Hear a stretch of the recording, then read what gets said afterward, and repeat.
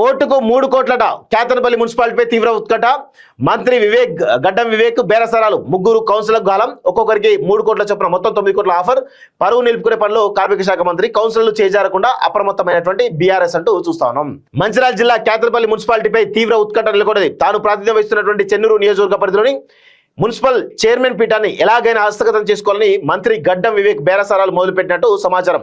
అధికారాన్ని నిలుపుకోవడానికి అవసరమైన ఒక్కో కౌన్సిలర్కు 3 కోట్ల చొప్పున ముగ్గురు కౌన్సిలర్లకు స్థానిక మంత్రి భారీ ఆఫర్ ప్రకటించినట్లు ప్రచారం నడుస్తోంది. అందుకోసం కౌన్సిలర్ల కుటుంబ సభ్యులతోనూ ప్రత్యేకంగా సంప్రదింపులు చేస్తున్నట్లు తెలుస్తున్నది. కానీ బీఆర్ఎస్ సిపిఐ కౌన్సిలర్లు అందుబాటులోకి రాకపోవడంతో ప్రయత్నాలు ఫలించడం లేదని సమాచారం. అధికార పార్టీ బేరసాలను గమనించిన బీఆర్ఎస్ తమ పార్టీ కౌన్సిలర్ చేజారిపోకుండా పలు జాగ్రత్తలు తీసుకుంటున్నదంటూ చూస్తున్నాం.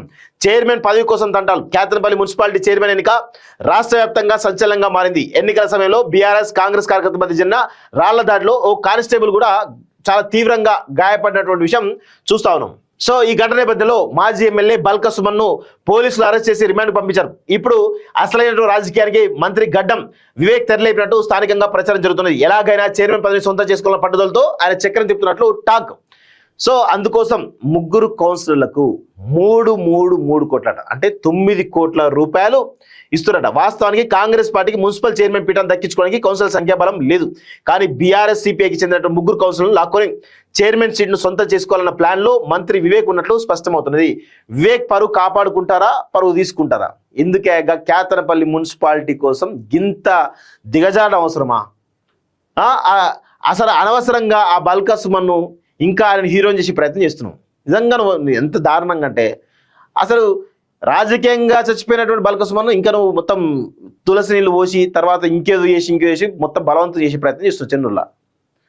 సో క్యాంపులోనే బీఆర్ఎస్ సిపిఐ కౌన్సిలర్ అట. ముగ్గురు జంపుతో కాంగ్రెస్ గెలుపు. ఎన్నికలకు ముందే కూటమిగా పోటీ చేయడంతో బీఆర్ఎస్ 10, సిపిఐ 4 స్థానం గెలుచుకున్నది. కాంగ్రెస్ 7, ఇండిపెండెంట్ 1 స్థానం దక్కించుకున్నారు. కానీ స్థానిక ఎమ్మెల్యేగా ఉన్నట్టు మంత్రి వివేక్ ఆయన కుమారుడు ఎంపీ ఎక్స్ అఫీషియో ఓట్లతో కాంగ్రెస్ బలం 10కి చేరింది.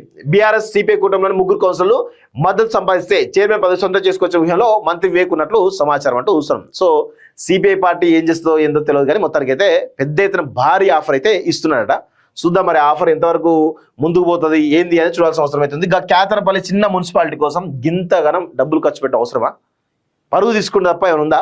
మాతో డీల్ చేసుకోండి, లేకుంటే తీవ్ర పరిణామాలు ఉంటాయి. బోర్డ్ ఆఫ్ పీస్ తొలి సమావేశంలో ఇరాన్కు ట్రంప్ హెచ్చరికలు. 10 రోజుల్లో ఇరాన్ పై యుఎస్ దాడి. పశ్చిమాసియాలో మరోసారి యుద్ధ మేఘాలు. ఇరాన్ సరిహద్దులో మోహరించిన అమెరికా దళాలు అంటూ చూస్తున్నాం.